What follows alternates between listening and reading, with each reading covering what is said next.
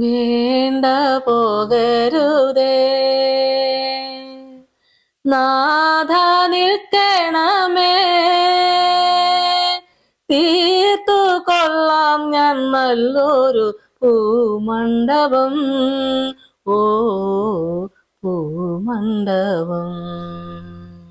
കർത്താവിൽ എനിക്ക് ഏറ്റവും പ്രിയപ്പെട്ടവരെ, 18-ാം സങ്കീർത്തനത്തിന്റെ 39 മുതലുള്ള വചനഭാഗങ്ങൾ നമുക്ക് വായിക്കാം. യുദ്ധത്തിനായി നീ എന്റെ അരയ്ക്ക് ശക്തി കെട്ടിയിരിക്കുന്നു, എന്നോട് എതിർത്തവരെ എനിക്ക് കീഴടക്കിയിരിക്കുന്നു. എന്നെ പകയ്ക്കുന്നവരെ ഞാൻ സംഹരിക്കേണ്ടതിന് നീ എന്റെ ശത്രുക്കളെ എനിക്ക് പുറംകാട്ടുമാറാക്കി. അവർ നിലവിളിച്ചു, രക്ഷിപ്പാൻ ആരും ഉണ്ടായിരുന്നില്ല. യഹോവയോട് നിലവിളിച്ചു, അവൻ ഉത്തരമറിയതുമില്ല. ഞാൻ അവരെ കാറ്റത്തെ പൊടി പോലെ പൊടിച്ചു, വീതികളിലെ ചെളിയെപ്പോലെ ഞാൻ അവരെ കോരിക്കളഞ്ഞു. ജനത്തിന്റെ കലഹങ്ങളിൽ നിന്ന് നീ എന്നെ വിടുവിച്ചു, ജാതികൾക്ക് എന്നെ തലവനാക്കിയിരിക്കുന്നു. ഞാൻ അറിയാത്ത ജനം എന്നെ സേവിക്കുന്നു, അവർ കേൾക്കുമ്പോൾ എന്നെ അനുസരിക്കും. അന്യജാതിക്കാർ എന്നോട് അനുസരണഭാവം കാണിക്കും. വചനം നമ്മളെ കേൾപ്പിക്കുന്നത്, യുദ്ധത്തിനായി നീ എനിക്ക് അരയ്ക്ക് ശക്തി കിട്ടിയിരിക്കുന്നു. ആമേൻ. ദാവീദിന്റെ അനുഭവമാണ്. യഹോവയായ ദൈവം യുദ്ധത്തിന് വേണ്ടി ദാവീദിനെ അരയ്ക്ക് ശക്തി കിട്ടിയിരിക്കുന്നു. ഇത് വചനം എത്ര അനുഗ്രഹമാണ്. ആ ഒരു ഉറപ്പ്, ദൈവമായിട്ടൊരു ഉറപ്പുണ്ടായിരുന്നത് കൊണ്ട് പതറാതെ എന്തിനെ നേരിടുവാനായിട്ട് ഇടയായി. ജീവിതത്തിൽ ഇന്ന് വരെ കാണാത്ത പ്രശ്നങ്ങളെ നേരിടേണ്ടി വന്ന സാഹചര്യത്തില് ഇതിനെ നേരിടുവാനുണ്ടായ ഒരേ ഒരു ലക്ഷ്യം, ജീവിക്കുന്ന ദൈവം തന്നോട് കൂടെ ഉണ്ടെന്നുള്ളൊരു ഉറപ്പ് മാത്രമാണ്. അത് മതിയല്ലോ. ആരൊക്കെ ഈ ലോകം മുഴുവൻ നമ്മുടെ കൂടെ ഉണ്ടെങ്കിലും കർത്താവിന്റെ സാന്നിധ്യം നമ്മളിൽ ഇല്ലെങ്കിൽ ഒന്നുമില്ല ദൈവമക്കളെ. ലോകം നമുക്ക് പ്രതികൂലമായിട്ട് നിന്നാലും കർത്താവ് അനുകൂലമായി നിന്നാൽ നാം പേടിക്കേണ്ട കാര്യമില്ല. നമുക്ക് വേണ്ടി പ്രവർത്തിക്കുന്ന ദൈവം അത്രേ.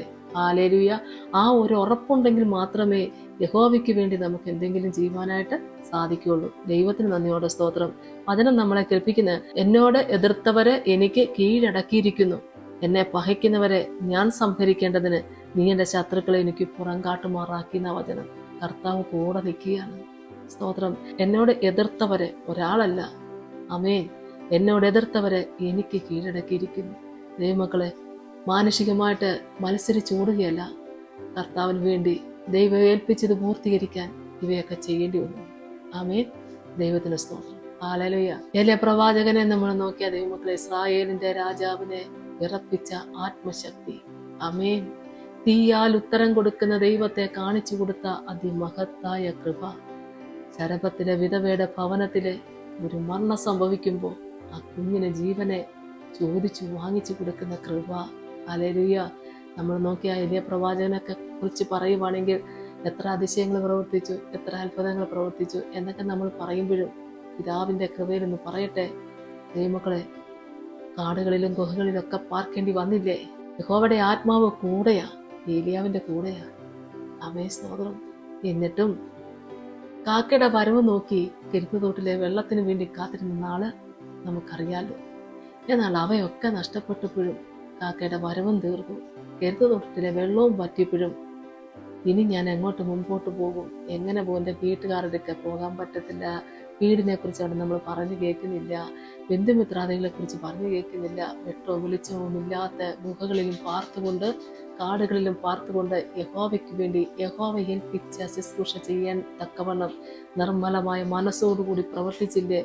അവിടെ കണക്ക് പറഞ്ഞില്ല, കാര്യങ്ങളൊന്നും പറഞ്ഞില്ല. ദൈവമക്കളൊന്നും ഓർക്കണം, കാക്കയുടെ വരവ് നിന്നു, കെരുത്തുതോട്ടിലെ വെള്ളവും നിലച്ചുപോയി. അപ്പോഴും അടുത്തൊരു ദേശത്തേക്ക് ദൈവം അയക്കുന്നുണ്ട്. അയച്ചത് എങ്ങോട്ടാ? ആരോഗ്യവാനായ ഒരു പുരുഷൻ ശരഭത്തിലെ ദരിദ്രയായ ഒരു വിധവയുടെ വീട്ടിൽ ചെന്ന് ദരിദ്രയായ വിധവയോട് ചോദിക്കുന്നു, എനിക്ക് കുടിക്കാനുള്ള വെള്ളവും ഒരു കഷ്ണം അപ്പവും.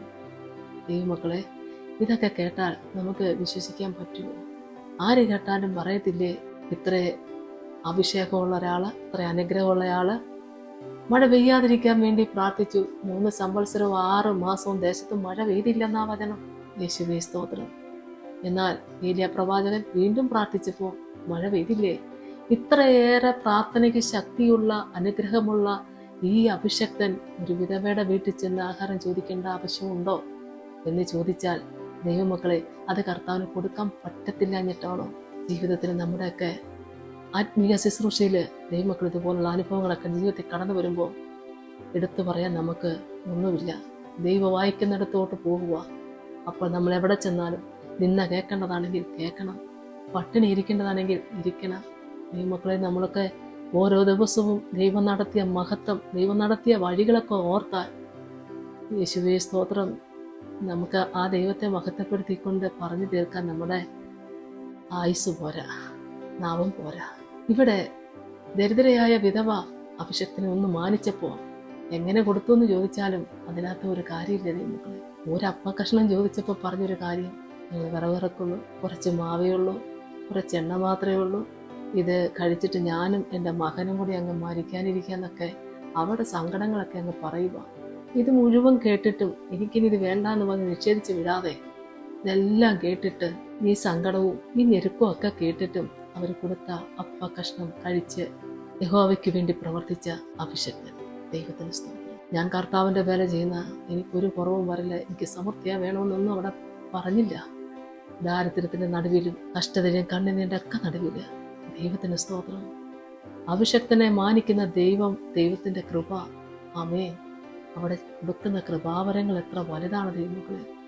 ഗർഭത്തിലെ വിധവയുടെ വീട് ഒരു മരണ വീടായ സമയത്ത് അഭിഷക്തന് കൊടുത്തൊരു നേരത്തെ ആഹാരത്തിന്റെ വില ഇതാ കർത്താവ് പ്രതിഫലം കൊടുക്കുകയാണ്. എൻ്റെ മരിച്ചു കിടക്കുന്ന മകനെ ദൈവം ജീവങ്കിലേക്ക് തിരിച്ചു കൊണ്ടുപോകും. അഭിഷക്തന്മാരെ മാനിച്ചിട്ടുണ്ടെങ്കിൽ നമ്മളെ ദൈവം മാനിക്കും. ദൈവങ്ങൾ ഇവിടെ ദാവീദ് രാജാവിനെ കുറിച്ച് നമുക്കറിയാം. ദാവീദും ഒരു നേരത്തെ ആഹാരത്തിന് വിശന്ന സമയമുണ്ടായിരുന്നു. അപ്പോഴും ചെന്ന് ചോദിക്കുന്നിടത്ത് പതിവായി കഴിക്കുന്ന അപ്പം ഉണ്ടായിരുന്നില്ല. എങ്കിലും ആഴ്ചയപ്പം പുരോഹിതന്മാർ മാത്രം കഴിക്കുന്ന അപ്പം കൊടുത്തു പോറ്റി പുലർത്തിയില്ലേ. അപ്പോഴും ദൈവത്തിന്റെ വേലയ്ക്ക് ഇറങ്ങുന്ന ദൈവമക്കളെ, വാരിക്കൂട്ടാനൊന്നും നമുക്കില്ല. ആര് വാരിക്കൂട്ടിയാലും ഇതെല്ലാം ഇട്ടിട്ട് പോകാനുള്ളത് മാത്രമേ ഉള്ളൂ. പോറ്റി പുലർത്തുന്ന ദൈവത്തിന്റെ സന്നിധിയില് എല്ലാ നിന്ദയും കഷ്ടവും സഹിച്ചുകൊണ്ടും കർത്താവേൽപ്പിച്ച വേല ചെയ്താൽ കൂലിയും പ്രതിഫലവും തരുന്ന ഒരു ദൈവം നമ്മുടെ കൂടെയുണ്ട്. ദൈവത്തിന് സ്തോത്രം. ദൈവത്തിന്റെ വേലയ്ക്ക് ഇറങ്ങിയ ആ നാളുകൾ മുതൽ അനുഭവിച്ച യുക്താനുഭവം ഒത്തിരി ദൈവങ്ങളെ. അതിനകത്ത് കർത്താവിനെ മഹത്വപ്പെടുത്താനൊന്നും മാത്രമേ ഉള്ളൂ. ദൈവം നടത്തിയ വഴികൾ, ദൈവം നടത്തിയ കൃപയോർത്ത് ദൈവത്തെ സ്തുതിക്കുക. ഹല്ലേലൂയ. ദൈവത്തിന്റെ പുണ്യനാമത്തിന് മഹത്വം ഉണ്ടാകട്ടെ. അപ്പോൾ സ്വർഗത്തിലെ ദൈവത്തിന്റെ അനുഗ്രഹത്തിന് ഒരു കുറവില്ലാതെ അങ്ങോട്ട് മുമ്പോട്ട് പോകാൻ എല്ലാവരും ഒരുക്കട്ടെ. ഒരു മനസ്സ് മതി ദൈവമക്കളെ, മനസ്സ് മാത്രം, നന്ദിയുള്ളൊരു മനസ്സ്. ദൈവം നമുക്ക് തന്ന ഉപകാരങ്ങൾ ഓർത്ത് നന്ദിയോടുകൂടി ദൈവത്തെ മഹത്വപ്പെടുത്താൻ നിറഞ്ഞൊരു മനസ്സുണ്ടെങ്കിൽ അത് മതി. ആമേൻ.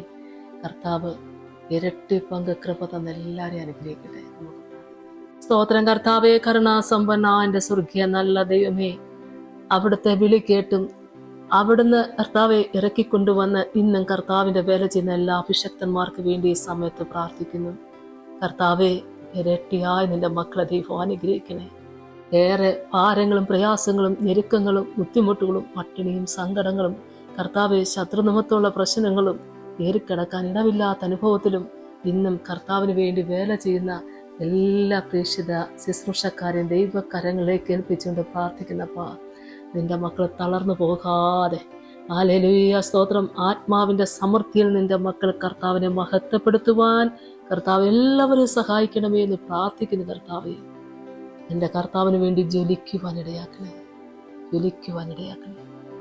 ഇന്നോളം ദൈവം നടത്തിയ നന്മകളെ ഓർത്ത് ദൈവസന്നിധി മഹത്വപ്പെടുത്തുവാൻ എല്ലാ പ്രിയപ്പെട്ടവരും ദൈവം സഹായിക്കണമേ.